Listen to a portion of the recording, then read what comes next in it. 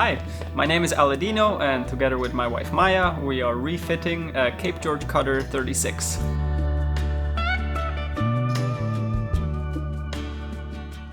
Last week covered quite a bit of work. We almost completed the fridge. I continued building the cockpit, and we also made some new parts for the interior. Yay, first surface! This week we're tackling something big.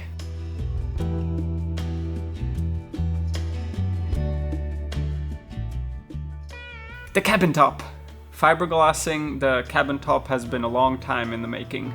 A while ago we fiberglassed the decks, and that was a big moment in the refit. Now it's time to add a layer of fiberglass to the cabin top and the cabin sides. But there's been a lot of work previous to this. We have opened the decks, we have built all new blocking, we have replaced a third of the beams, we have closed the decks again, we have fiberglassed the perimeters of the portholes, we have over-drilled all holes where hardware will be installed, and we filled those with epoxy and yet more. Fiberglassing the decks was quite challenging, and that is mostly due to the weather. It was still chilly. That makes fiberglassing a challenge. It is a bit warmer now, so this should be going a lot better, but it still is quite a big surface to cover. A surprise package arrived today. We did not expect this. It's a package from Total Boat, but we haven't put anything on order.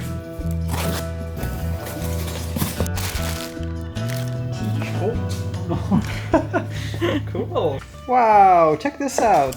Oh, nice. They also sent us electric scissors. That's super nice. Fiberglass scissors. Yeah. Oh man, this is so nice. Total Boat has been the best brand to work with, so thank Yeah. you very much, you guys. This is a very nice surprise, and it comes in really handy in exactly this episode. How did you know?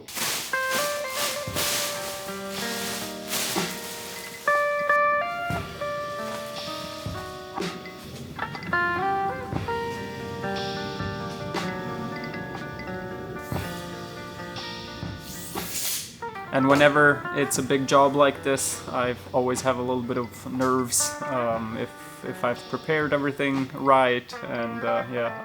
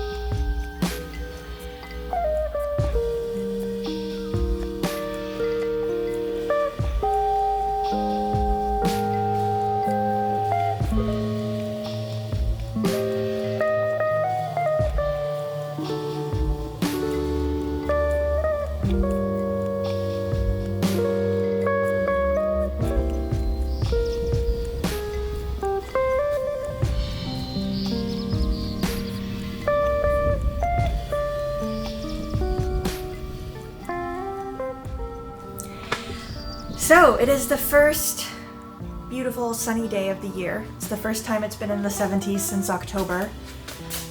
So, of course, what better way to celebrate such a gorgeous coming of spring than being inside a shed with a respirator?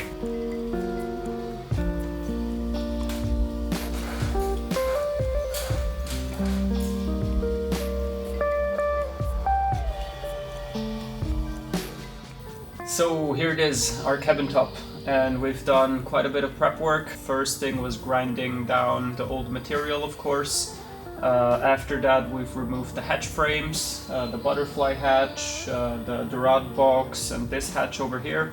that was to round over the edges of the plywood, and we've actually added a little layer of glass there just to waterproof the end grain of the plywood. So there is no more exposed plywood, and now we're gonna cover it for good. I've sanded it just one more time, and I've vacuumed and I've acetoned, and that's why I've covered it up with plastic overnight, just because there is birds that visit here often. And it is holding in the heat a bit. I am still, even though it's warmer today, warming the boat from the inside because that's just good. If the wood is a little warmer, it does help in the process.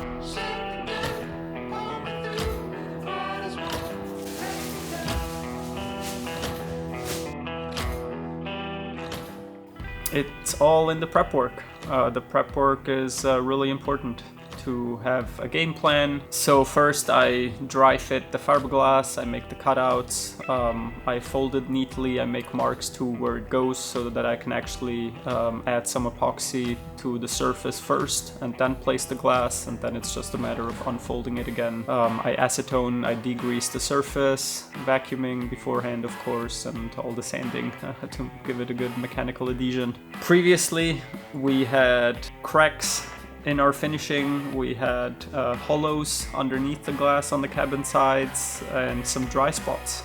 So just by doing it with care and by using epoxy, I think the outcome will be quite a bit better.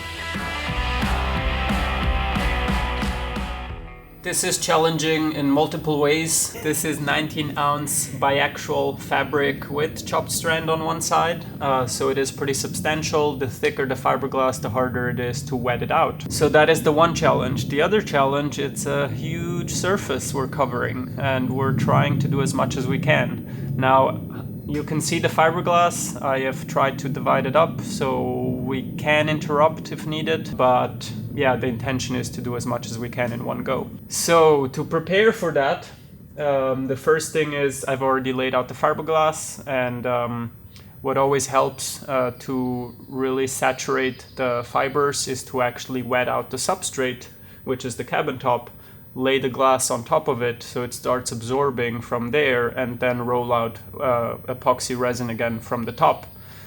So that's the game plan. The challenge is once you put glass onto a wet surface, then it's very hard to shift it. So that's why I tried to fold it up without moving it away from where it should be laying, and now I've put some weights onto it so that it doesn't move location. So now the intention is to start with this area, wet out the surface as much as I can get, carefully unfold the glass, and then wet out from the top again. So we'll focus on this area, and when this has gone well, then we move on to the next one and we unfold it. So yeah, it's been quite a bit of prep work already. Maybe to get it out of the way, chop strand mat, in my opinion, it's not really necessary when working with epoxy. And in some scenarios you would use the mat as the first layer, in other scenarios you use it on top. Now I see the mat more as a protection of the biax and as a sacrificial layer, because before fairing we'll have to sand the surface, and I prefer sanding chop strand instead of the biax, so I don't damage the fibers that run longitudinally that actually give the strength to the whole thing. So yeah, and it's also what they had available. It always depends. If I would use vacuum, I wouldn't use chop strand at all. Yeah, all those little details. Yeah, we're gonna mix big batches of epoxy, have them in big pots so they don't kick, and apply it as quick as we can with rollers, and start unfolding the glass.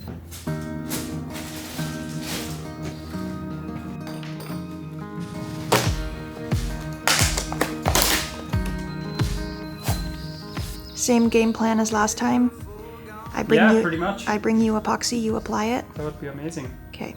I was also a little nervous for this day. When we did the deck, that was a really long and really challenging day, and it had some pitfalls, so I was definitely gearing up for another really long and difficult day.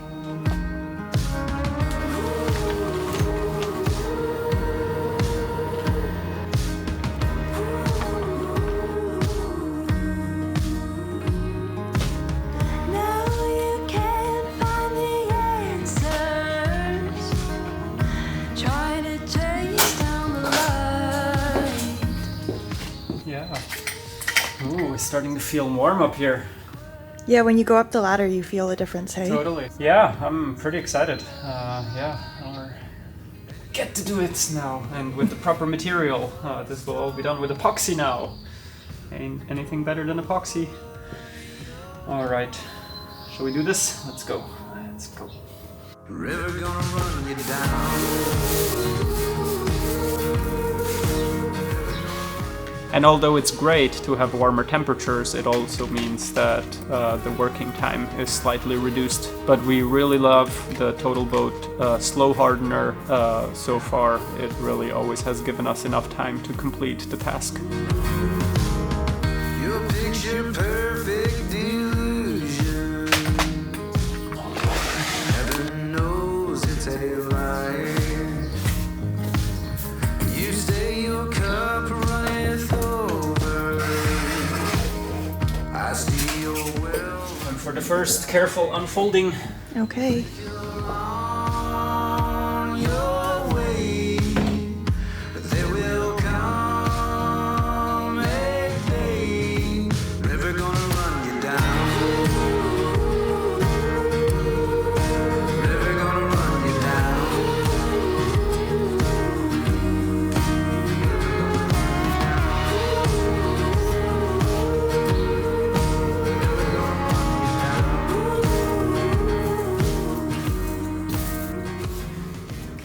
So I'm wetting out slowly, or rather quickly. But yeah, so far so good. It unfolded pretty nicely. And now it's just about getting the resin through. So I actually need another batch. If you wouldn't mind mixing one for me, Maya, please. Yep.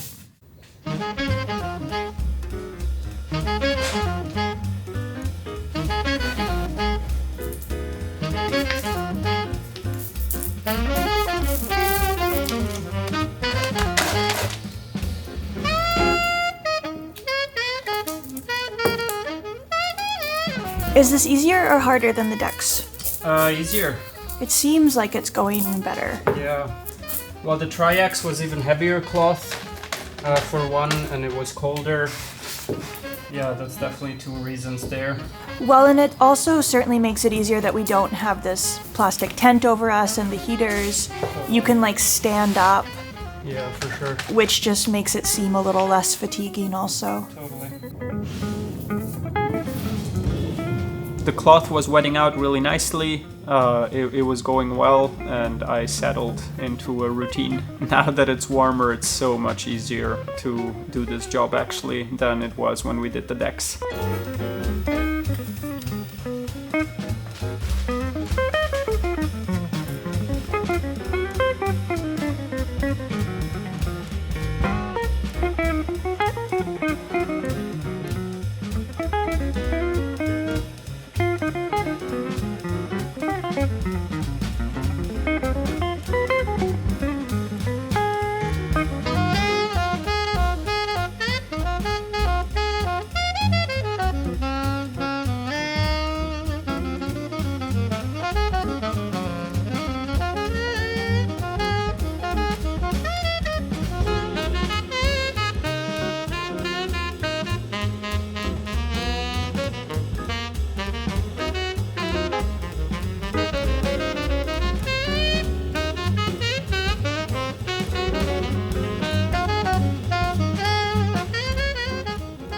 Lunch was good, but we keep it sweet and short. Now I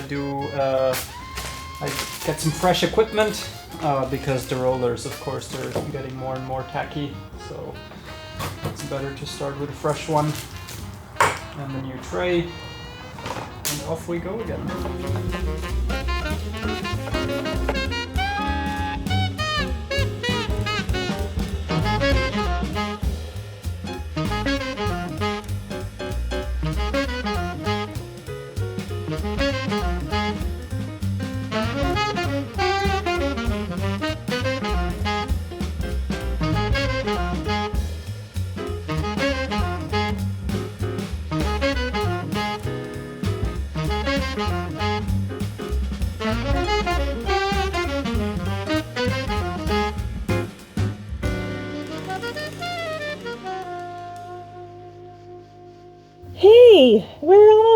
fun.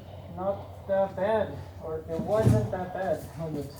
Not nearly as bad as I thought it would be, actually. Yeah, more mentally, the preparation and the anxiety. And what an ironic mixture here between it being not warm enough and then all of a sudden after lunchtime it turns into a greenhouse where you gotta start working quickly. Yeah. Yeah, it's funny. Well, this metal shed, the moment the sun hits it, it does really heat up. Yeah, well, I'm really happy though. I prefer warm temperatures and working swiftly than cold. Yeah, for sure. Yeah.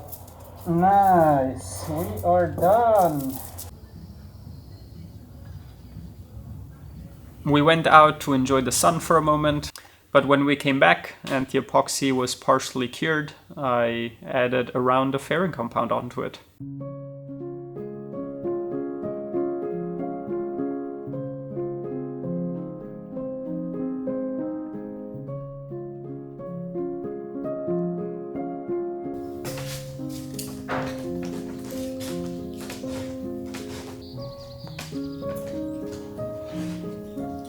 Alright, this is nice and uniform now, and remember it still is epoxy, so big quantities I spread them around a bit so that they don't start curing because they produce its own heat.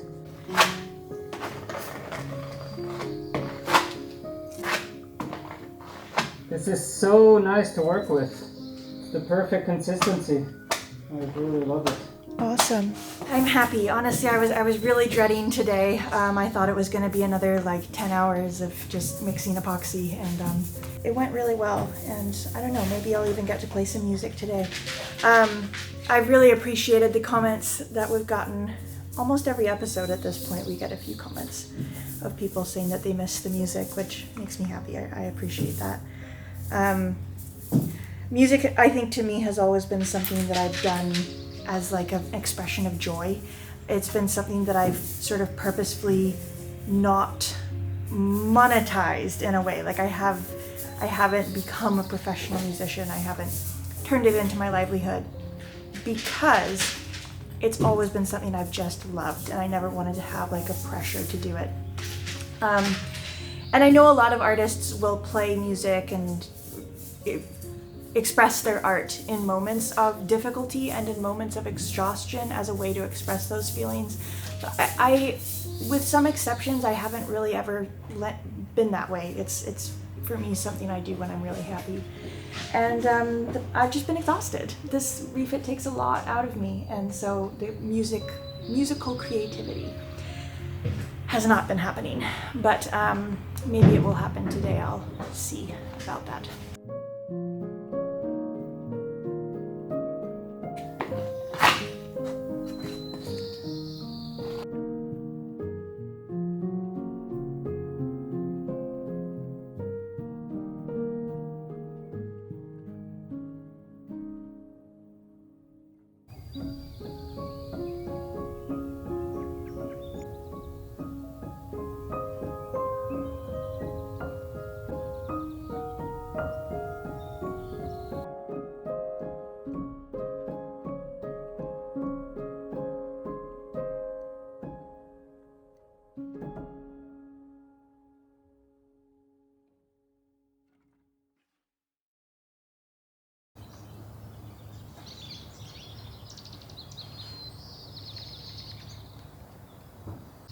Shall we go check it out?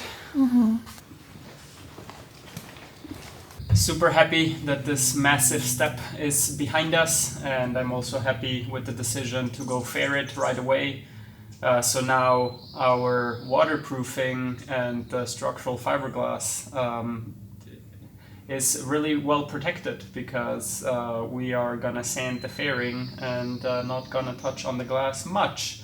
We have all the holes pre-drilled, the treatment that we made for the hardware. So this is just indicating where the jib track starts and ends, so that I can actually place it here and then I can find all the other holes that way.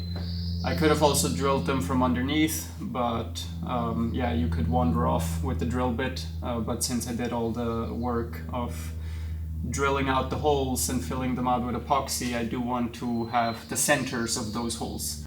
All right. Yeah. Well done, Aladino. Thank you. Well done, you. We did it together. Awesome. So thank you so much for watching. We started off this project sort of with a few nerves and feeling like it might be another long and difficult day, but it turned out to actually be really lovely. We even got to go for a walk in the sunshine, which is really nice, and the results are excellent. It really turned out very well. I even got to play a bit of violin that evening, which is something I really haven't done in a long time, so that felt really, really nice. And I did record something which I'll stick at the end of this episode if you're interested. But in the meantime, thank you so much for being here. Thank you for watching, liking, subscribing, and commenting. A huge thank you to our patrons for helping to make this all possible. We really couldn't do it without you. And as a way of saying thank you, we do post a real-time update on Patreon every Tuesday that usually takes the form of a video walkthrough where we show you where we're currently at in the project. Since these videos on YouTube, they take me a while to edit, they are always a little delayed. So on Patreon, yeah, it's more real-time, more interaction, etc. An extra big thank you to the folks whose names are now appearing on screen for always going above and beyond to make sure that Magic Carpet keeps being produced. And as always, we'll see you next Friday. Now for a little bit of music.